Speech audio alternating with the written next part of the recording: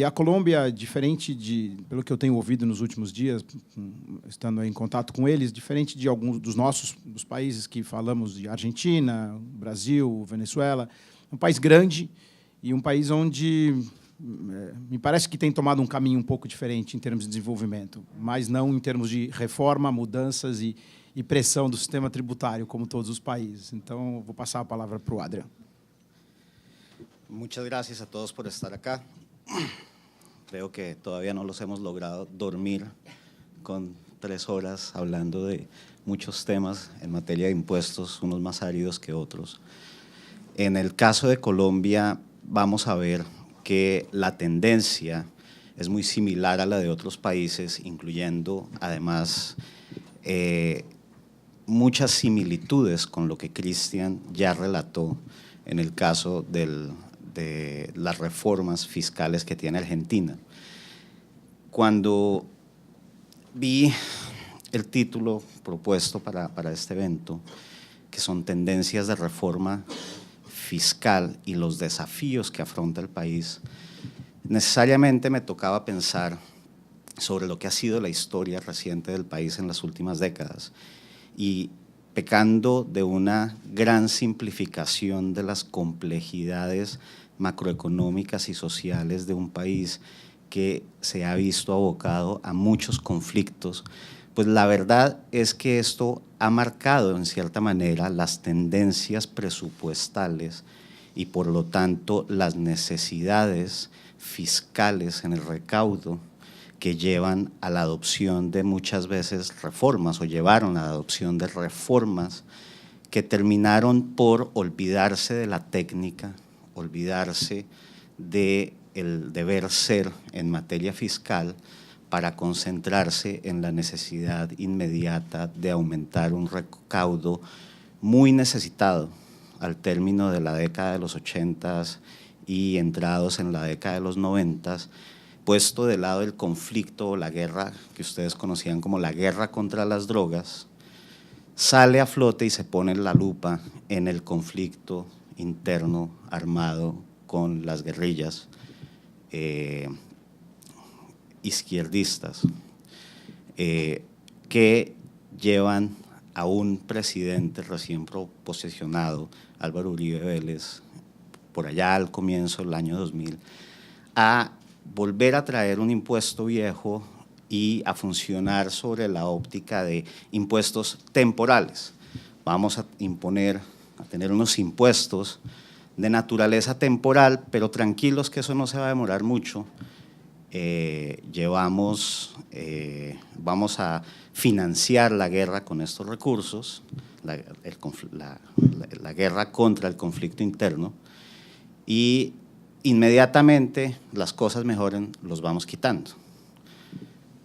Todos saben, vamos saliendo de la guerra y ahora estamos viendo que estos impuestos que eran temporales, pues ya llevan casi 4 versiones y extensiones. Entonces tenemos casi 10, 12 años de unos impuestos temporales que han aumentado y impactado directamente al contribuyente colombiano y a inversionistas extranjeros haciendo negocios en Colombia, en una, no sé si bien o mal vista, contribución a tratar de eliminar el segundo grande problema que tiene el país después de la eliminación del tema de las drogas, que son las guerrillas internas, para poder, como dice este presidente y decía el presidente anterior, Álvaro Uribe, trabajar mejor y producir más en un país en paz.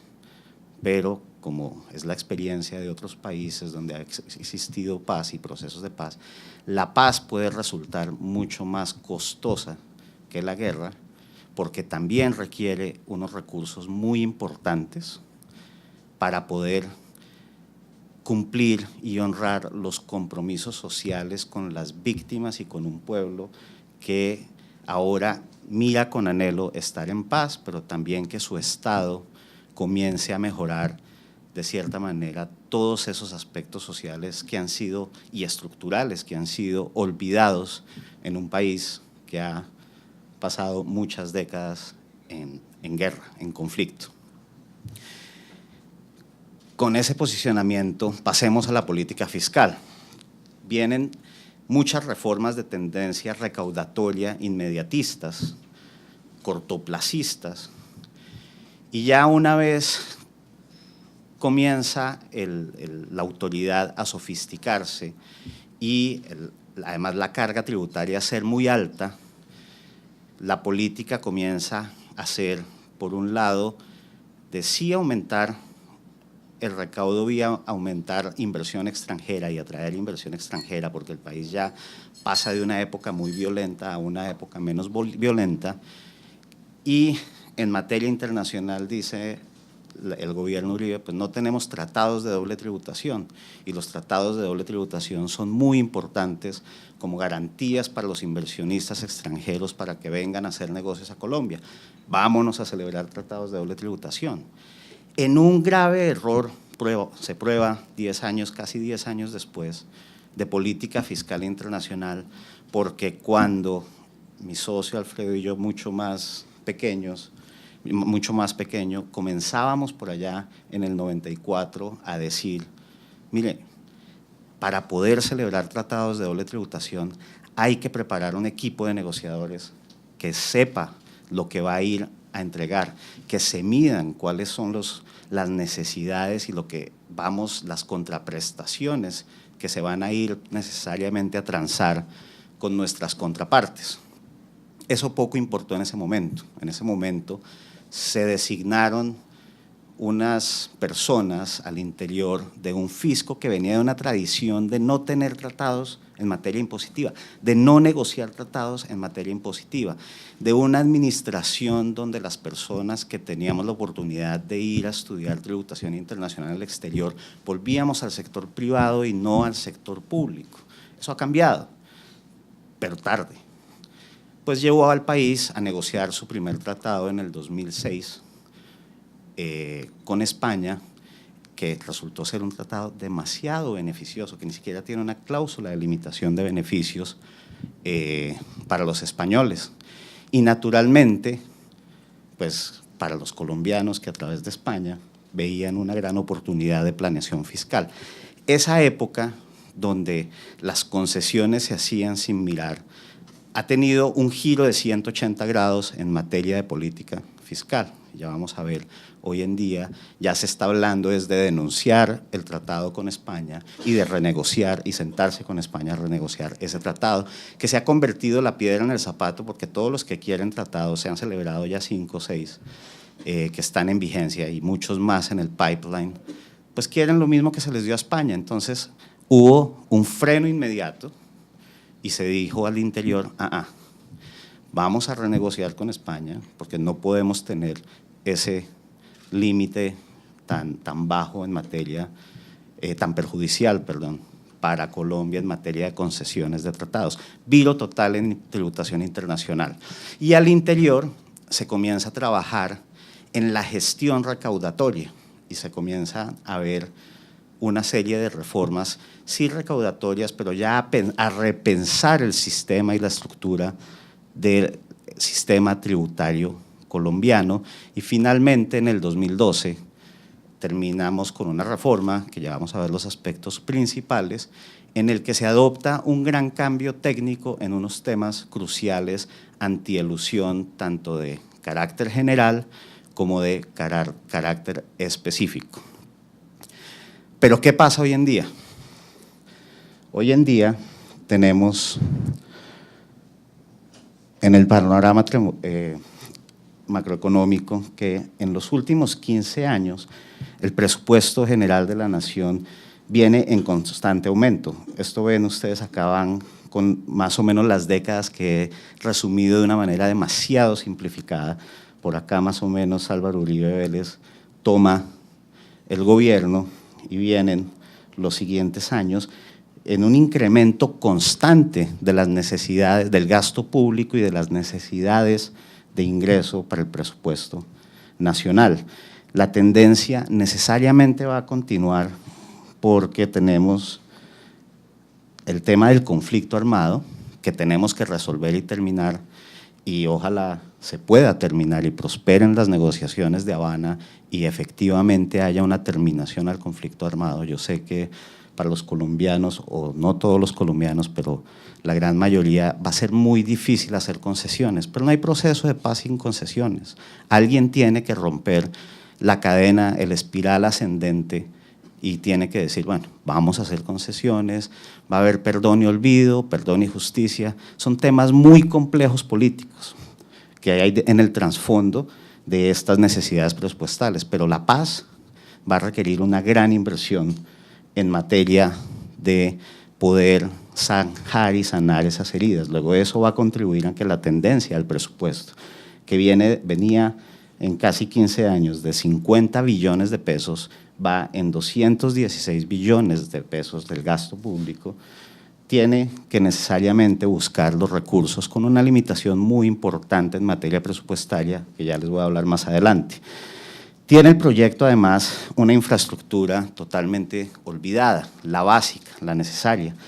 Un país en paz, para lograr un salto macroeconómico, requiere una infraestructura que pueda soportar ese plan económico que tienen los últimos gobiernos, y tiene un plan bien ambicioso en materia de infraestructura, y tal vez uno de los nichos económicos de grandes oportunidades para inversionistas extranjeros de todo el mundo es venir a participar de estos proyectos que se están lanzando. No recuerdo en este momento la cifra del presupuesto que tiene el gobierno para esto, creo que son 40 billones de pesos para proyectos en nueva infraestructura del país, solo infraestructura. Tiene además un gran compromiso con la educación. Un país educado es un país que puede vivir mejor en paz y puede ser más productivo. Ese es el segundo gran compromiso de este gobierno. Y el segundo gran requerimiento presupuestal en materia de gasto público, además de los demás compromisos sociales, y eso no va a poder parar. Para el siguiente gobierno va a seguir siendo lo mismo. Tenemos entonces así un presupuesto que tiene unos gastos, como vimos, de casi 216.2 billones, pero tiene por ahora financiado para el 2015 solo 203.7 billones, un déficit de 12.5 billones. ¿De dónde va a salir ese dinero? De las reformas estructurales que permiten una mejor gestión tributaria. Pues de pronto ha habido una mejora y un aumento, pero la verdad es que Colombia tiene una regla fiscal que le impide, y ya vamos a ver adelante, recurrir al gasto público. Entonces tiene que aumentar de manera muy rápida sus ingresos tributarios para poder financiar este déficit que tiene con eso macroeconómico en sus gastos. Un segundo factor que contribuye a todo este déficit y a este problema presupuestal que necesariamente marca la política inmediata fiscal es la caída del precio del crudo. Todos, Brasil también la ha sufrido. Las rentas petroleras juegan un papel muy importante, tal vez demasiado importante en la economía colombiana, y ante la caída del precio internacional del crudo, más otros problemas que tiene el sector, pues necesariamente lleva a que tengamos menos ingresos de esa índole y termina apuntando a que los ingresos tributarios tienen que ser la fuente para financiar ese déficit.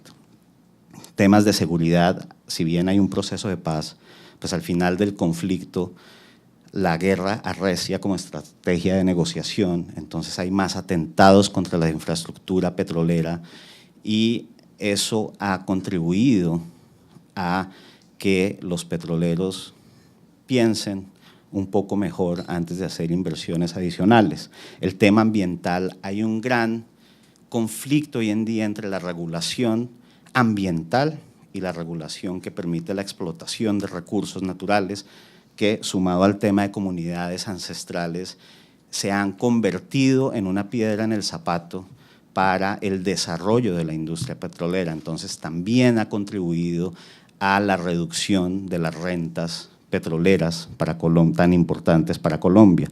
Problemas operativos que ustedes también están familiarizados, porque para los petroleros Ecopetrol, que es nuestra empresa estatal, nuestro Petrobras, nuestro Braspetro, nuestro Petrobras es un socio obligado para todos, pero además es un socio al que con una modificación del sistema petrolero le dieron casi que rienda suelta para imponer bastantes compromisos y para hacer una piedra en el zapato de esos petroleros con los que no les gusta hacer negocio, y eso ha llevado a generar una gran apatía dentro del sector contra la empresa estatal y una agencia que no tiene, Nacional de Hidrocarburos, que no tiene poder para decirle al Ecopetrol que ahora se maneja como una empresa, siendo aún de economía mixta, pero como una empresa privada que, pues, que le haga un poco más suave a sus parceros.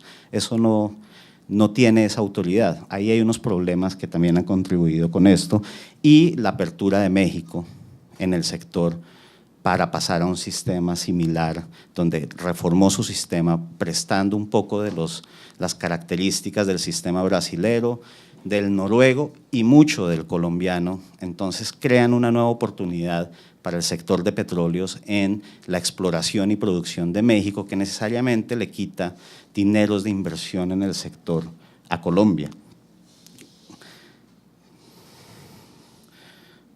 Acá faltó algo. Vemos así entonces en el presupuesto la caída de la que les hablaba, de 24 billones a 19 billones a 14 billones en las rentas petroleras, en los ingresos mineros petroleros. Vemos el tema de la gestión de la DIAN, sí, como hemos dicho, en aumento, pero nada de esto es suficiente para poder financiar este déficit de 12.5 billones, que si lo llevamos al cuatrenio del presidente Santos, pues van a ser casi 60 billones que necesitamos generar ya en los próximos 4 años. ¿Cómo? Más o menos 2.000 pesos por dólar, luego divide por la mitad. En el 2011 también el Congreso adoptó una regla que es la regla fiscal, y la regla fiscal tiene la tendencia de lograr en la próxima década un saneamiento de las finanzas públicas para que esa financiación y el déficit del ingreso estructural y el gasto estructural no supere de 2.3 del Producto Interno Bruto en el 2014, 2.3 del 2018, acá hay un error, esto baja a 1.8, y el objetivo final es que ese déficit estructural no sea mayor al 1% en el 2022, y le puso una restricción a la deuda.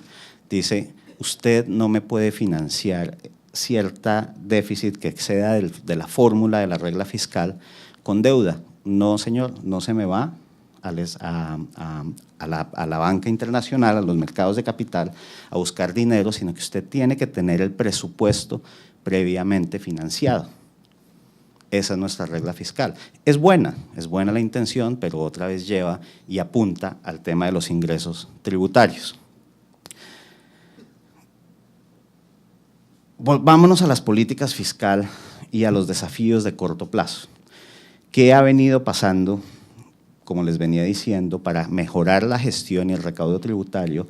Pues la política fiscal nacional e internacional ha venido cambiando y tomando un giro que va en la dirección de otras latitudes, otras jurisdicciones que vienen trasegando el mismo camino, y van a ver una similitud, por ejemplo, con Argentina. Hace 2 años, 3 años, Chile fue admitido a la OSD, y a nuestro actual presidente se le metió en la cabeza que Colombia también tenía que ser miembro de la OSD, que eso era bueno, pero eso quiere decir que tiene que haber una alineación de políticas de muchas naturalezas, de transparencia, en materia de anticorrupción, de barreras administrativas y naturalmente de política fiscal.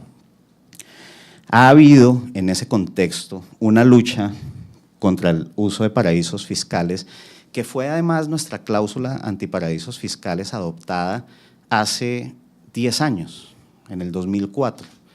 Era sobre la base de una lista también, y la lista nunca se había adoptado. Hasta el 2013 se adopta la primera lista con 40 y tantas jurisdicciones, que incluían además los paraísos fiscales clásicos, como Bermuda, Bahamas, BVI, Mónaco. Ustedes los conocen, los usual suspects del tema de paraísos fiscales.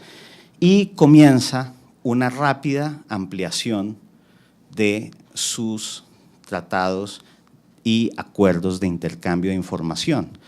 Entonces sale muy rápido, aún sin ser miembro, a celebrar acuerdos de intercambio de información con varias jurisdicciones específicas, una de ellas Estados Unidos, que abre la puerta al tema de FATCA, en donde tengo un comentario similar al de Jorge, que si bien están buscando americanos que hacen negocios en Colombia, pues la verdad es que por el otro lado del intercambio de información debe venir información de colombianos que tienen activos ocultos, y el tema de los activos ocultos se los voy a mencionar más adelante, que no eran ocultos por temas fiscales. Sí, esa es una gran motivación, no vamos a decir mentiras, pero acuérdense que en Colombia la riqueza era sinónimo de objetivo militar. Eran los secuestrables, eran las personas que se convertían en financiadores de las causas ilícitas de una guerrilla, y no tiene tinte político, que se tornó de ideológicamente razonable y justificable a organización criminal con una patente de corso supuestamente política. Entonces, como en otros países, hay grandes fortunas colombianas que sí están escondidas, pero no necesariamente las razones tienen que ver con política fiscal. Y celebró el Tratado de Cooperación Mutua con la OSD, que ya se encuentra vigente, y cuando uno suma jurisdicciones, pues Colombia tiene hoy casi más de 70 posibilidades de intercambio requerido, todavía no automático. El primer automático seguramente va a ser el que entra en vigencia con la OSD del 2017. En materia de FATCA ya tiene negociado un IGA tipo 1, un acuerdo intergubernamental. Entonces el tránsito de la información va a venir de servicio tributario a servicio tributario, no puede ser directamente de entidades financieras a las administraciones, sino que tiene que ser a través de la administración tributaria de cada uno de los países que se intercambie, bien sea de manera bajo el estándar espontáneo, bajo el estándar de requerimiento, o posteriormente bajo el estándar automático, que tiene un diferimiento en la entrada en vigencia. Otras acciones que ha tomado de manera anticipada relacionadas con OSD es su adopción temprana. Colombia hace parte de esos pocos países que han adoptado de manera temprana el Base Erosion Profits Shifting Policy que está desarrollando el OSD, y sus políticas van muy en línea con esas 15 recomendaciones que este comité de BEPS ha recientemente hecho públicas, y las ha usado y las ha utilizado como la gran excusa para sus reformas, particularmente las de la última reforma del 2012 y las que vienen. Y así volvemos a caer en el tema internacional del cambio de 180 grados en política fiscal en materia de negociación. Paramos eso, comenzamos a trasegar, a avanzar en el camino de intercambio de información, y esta sí es una nota personal que además la dije recientemente en NYU en un foro de BEPS que hubo. Pareciera que a la comunidad internacional se le olvidó lo malo de la doble tributación, el gran esfuerzo que se había hecho para avanzar en materia de evitar doble tributación con los tratados, y ahora la política se olvida un poco de eso y busca, por el contrario, combatir la doble no tributación, y con esa excusa por ahí de lado tal vez crear imposición donde no la hay, porque es que el tema impositivo es de cada uno de los países. Y por allá la última recomendación dice, y los países harán un acuerdo multilateral para que estas políticas… Eso no es un tema de acuerdo multilateral, y hay una gran discusión, y la discusión de ese foro era, ¿será que sí va a haber una acción coordinada que termine evitando la doble tributación? ¿O va a haber múltiples medidas erráticas, unilaterales en legislación interna que con la excusa de adoptar BEPS van a terminar creando unos problemas como los que anotaba Cristian en su jurisdicción? En Colombia eso es lo que está pasando. Cogen las recomendaciones y las aplican internamente. Entonces, podemos tener un problema mayor. Ya las Naciones Unidas se dieron cuenta del problema, se dieron cuenta que no necesariamente era bueno para los países en desarrollo y crearon un comité paralelo de BEPS. Entonces vamos a terminar en un tema internacional bien interesante pronto, pero la adopción de BEPS va muy rápido en Colombia y pasa así en otras jurisdicciones. Reforma tributaria del 2012. ¿Qué se hizo en esa reforma? Esa es la que les digo que esa reforma se usó, o tal vez es la primera gran reforma estructural que hubo en Colombia, ya no con tinte recaudatorio, sino más bien con el ánimo de mejorar la gestión tributaria. Se adoptó un General Anti-Abuse Rule, una norma, digo el nombre en inglés porque así es como se conoce en la comunidad, pero una norma general antiabuso, en la que se define abuso tributario de una manera tan amplia que eso puede ser cualquier cosa, plano contractual, plano de vehículos. Aún así, otro foro de la ABA en Miami que se discutía esto en un panel que compartimos con Juan Carlos Garantón de Venezuela, ¿puede el GAR doméstico dar para hacer un treaty override en un contexto de una auditoría local? En el caso colombiano la respuesta en ese panel fue que sí. Es tan amplia la definición de abuso tributario que podría permitir no solo combatir el uso abusivo de vehículos, el uso abusivo de formas contractuales, sino convertirse en una verdadera casi que cláusula interna de limitación de beneficios de los tratados.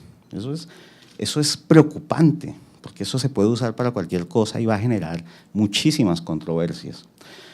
Viene nuevas reglas de reorganizaciones, esta sí tiene toda la justificación del mundo. En Colombia, en los últimos años, las grandes ventas se hicieron sin pagar impuestos en Colombia. No lo digo de la manera en que lo decía el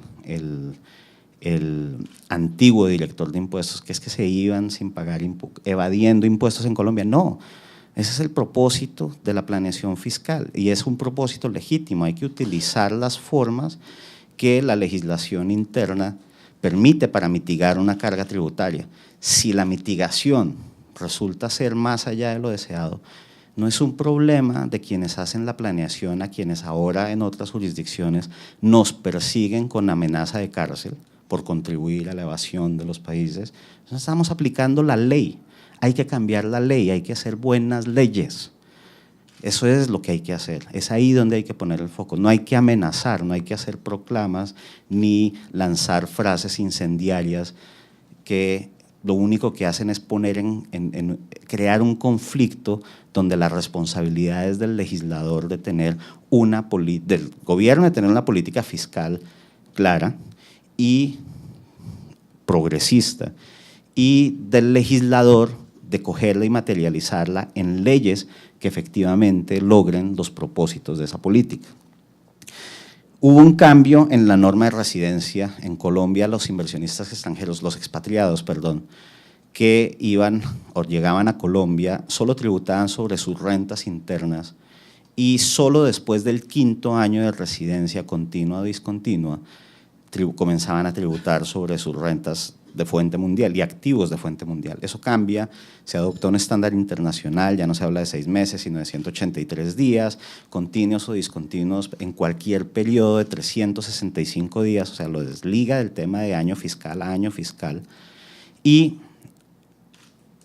pone a todo el mundo que caiga dentro de la definición de residencia nacional o extranjero a tributar sobre ingresos y activos de fuente mundial y manejen el problema vía crédito fiscal. Ese es básicamente el mensaje del gobierno.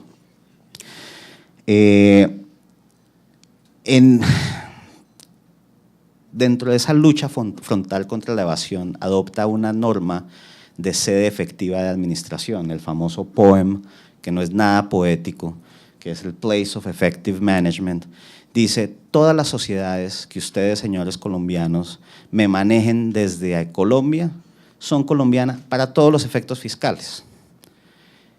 Y pagan, se registran como contribuyentes colombianos y pagan impuestos en Colombia como contribuyentes colombianos. Un nuevo régimen doméstico, algo pasó con el spelling check de portugués a español que cambió todos los acentos y cosas, pido disculpas, pero hasta ahora lo veo.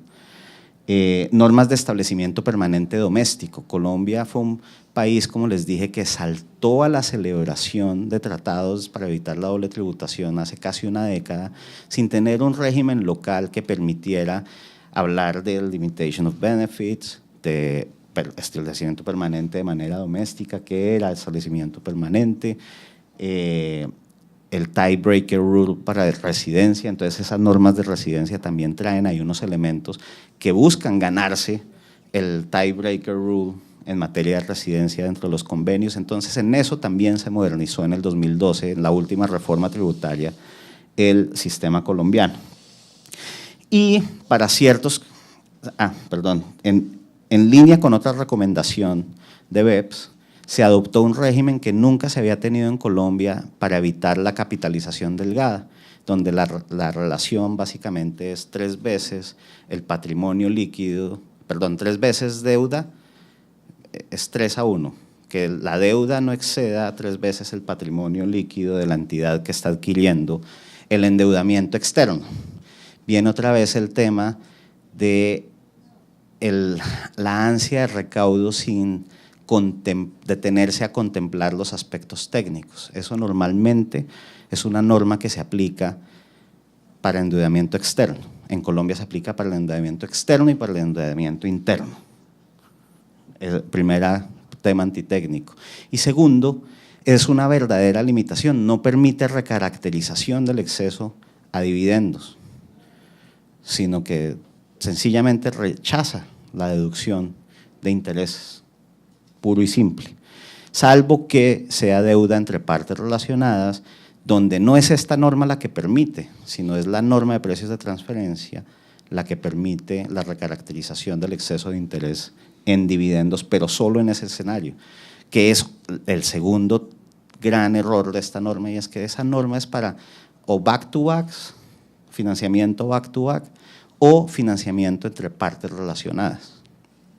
Pero entre partes independientes, pues no tiene sentido que haya una limitación de capitalización, una norma de capitalización delgada que aplique para deuda entre partes no relacionadas. En Colombia aplica aún para partes no relacionadas.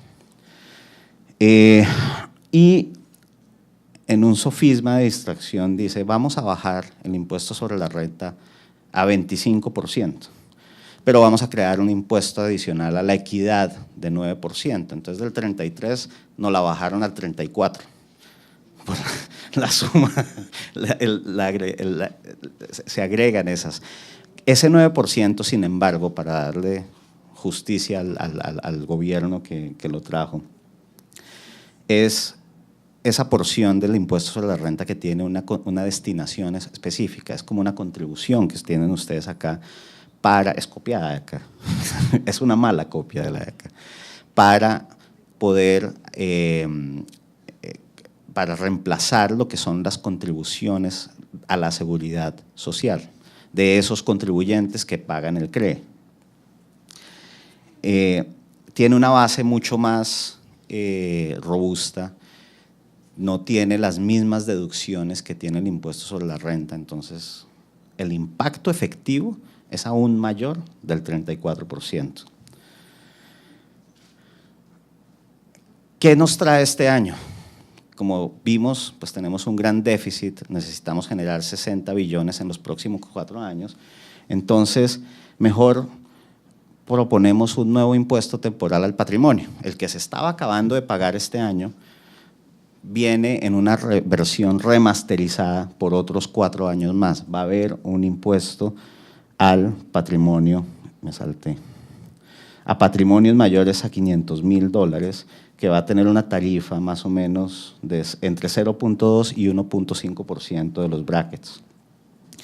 Se extiende el famoso otro impuesto temporal a los gravámenes a los movimientos financieros, que también tenía un phase out a partir de este año, y comienza nuevamente por 4 años. Este era un impuesto que comenzaba este año a bajar de 0.4 a 0.2, a 0.1 y a 0 en los próximos 4 años. El gobierno revoca eso y dice, no, por los próximos 4 años vamos a seguir en 0.4% sobre todos los retiros que se hagan de recursos, retiros y transferencias de recursos depositados en cuentas del sistema financiero nacional y otras transacciones que han identificado como herramientas de planeación para evadir ese gravamen, pero ese es un gravamen importante a tener en cuenta cuando se hacen negocios en Colombia, porque ese es así, recaudo inmediato y por derecha, porque los bancos son quienes recaudan. El tema de la normalización, el impuesto a la normalización, es un tema que tiene que ver con las amnistías. En Colombia se ha venido tratando durante todo este tiempo de hacer que los nacionales que tienen patrimonios ocultos en el exterior los traigan, no es que los traigan, los declaren en Colombia, los pueden mantener en el exterior, pero los tienen que reportar. Y para eso ha hecho varios intentos de amnistías, a lo cual la Corte Constitucional siempre le ha dicho, no señor, usted no puede amnistiar a la gente. Y entonces la gente dice, pero ¿por qué? Si lo que queremos es lograr la regularización. No, porque esos señores han dejado de pagar sus impuestos por los años de los años y usted no puede traer un beneficio que simplemente ahí sí les dé perdón y olvido. ¿Qué pasa con la equidad y la igualdad frente a los contribuyentes que reportan todo y pagan sus impuestos? Así, por acá, no va a pasar. Esta versión tiene una nueva característica y es, no señores Corte Constitucional, esto no es una amnistía. Quienes declaren los patrimonios van a tener que pagar un impuesto de normalización, algo de lo que han dejado pagar en el pasado. Entonces, si alguien quiere normalizar, regularizar su situación y declarar todo lo que tiene oculto en el exterior, puede hacerlo en el 2010, en el 2015 pagando 10% de lo que reporte, si ya lo hace un año después 15% y 2 años después 17%. El que no lo haga, viene esa norma con un tipo penal. El ocultamiento de patrimonios mayores a $4 millones, al que lo coja, tiene cárcel de 12 años. Usted decide. Vamos a ver qué pasa, esa es la propuesta, no sé qué va a pasar en el Congreso, les estaremos reportando próximamente. Y anuncia otra norma antielusión y es, vamos a adoptar CFC Rules, normas de transparencia, para esas sociedades pasivas que usted me tiene percibiendo dividendos del exterior, intereses y regalías. Vamos a adoptarlas. No las adopta, no sé por qué, no estaban listos seguramente. Dicen la motivación, vamos a adoptarlas. Tengan eso en cuenta. Para terminar, yo creo que Colombia tiene unos grandes desafíos en materia de política fiscal macro. Tenemos un sistema tributario que se va enderezando, pero realmente descuadernado de las múltiples reformas que se han adoptado en las últimas décadas. Hay que adoptar un sistema sencillo, directo, transparente y sobre todo, en vez de buscar plata con nuevos impuestos, mirar internamente el sistema desde el punto de vista de los incentivos. Hay incentivos que realmente desincentivan a pagar impuestos, hay incentivos que no tienen ningún sentido. Hay que adoptar algo así como la regla fiscal de las que le hablé, una regla para que la administración sí pueda tener un chance de incentivar ciertos sectores, pero bajo ciertas reglas. Es que hoy en día unos incentivos desproporcionados que erosionan la base gravable del impuesto sobre la renta de una manera que no tiene sentido, que además le imprimen un alto contenido de inequidad, porque pues yo puedo escoger los negocios a los que me quiero tributar dependiendo del impuesto. Es una decisión fiscal y eso no debería ser así. Hay que seguir modernizando la gestión en materia tributaria y de auditorías, hay que preparar a los funcionarios públicos. Tenemos unas auditorías que también francamente no hacen sentido. Y una gran limitación en Colombia, y es que Colombia, la autoridad tributaria, no tiene poder de negociación. Una vez inicia una auditoría, la tiene que llevar al final, no la puede terminar anticipadamente. Y adicionalmente tiene unos entes de control que no les permiten tomar una decisión así tengan toda la razón. Dicen, ¿saben qué? Vaya ya a la Corte de Impuestos, al Consejo de Estadía, ya peleé, yo no le voy a dar la razón. Entonces se vuelven 2 años en donde hay que pelear porque hay que pelear. Y por allá cada 5 años una reforma dice, como tenemos muchos pleitos, les voy a dar una ventana de oportunidad de 1 año para terminar anticipadamente. Págueme el impuesto y nos olvidamos de los intereses y de la sanción. A veces pasa, a veces es págueme la mitad de los intereses también y nos olvidamos de la otra mitad y de la sanción. Ha habido distintas versiones. Ahí la Corte también ya comienza a tallar en esos beneficios, como dicen, eso no tiene sentido. Entonces, legislador, de las facultades de determinación anticipada bajo ciertos parámetros y ciertas reglas para que eso no se vuelva un foco de corrupción, pero dé la oportunidad a los contribuyentes de no entrar en largas disputas y poder aceptar ciertas cosas que no querría pelear, pero que hoy en día le toca pelear sencillamente. Y tercero, en esta época y con ese cierre, en la que todo el mundo piensa, no, el base erosion, el profit shifting, ¿dónde están los recursos? Y el Estado crece y pide más plata y yo quiero más plata de usted y usted me está escondiendo la plata. ¿Dónde están las garantías de los contribuyentes? ¿Dónde están los derechos fundamentales de los contribuyentes? ¿Quién es el abogado que está defendiendo que todo eso que se haga tenga las garantías necesarias para que no sea arbitrario, para que no sea excesivo? Porque al final del día los impuestos siempre nos han enseñado tienen que ser de acuerdo con la capacidad contributiva del contribuyente de una manera razonable y eso me preocupa mucho, se está perdiendo y es un desafío que tal vez no solo Colombia sino el mundo tiene porque tenemos a una OSD compuesta de fiscos que cada día quieren más. ¿Hasta dónde? Y con eso termino. Muchas gracias.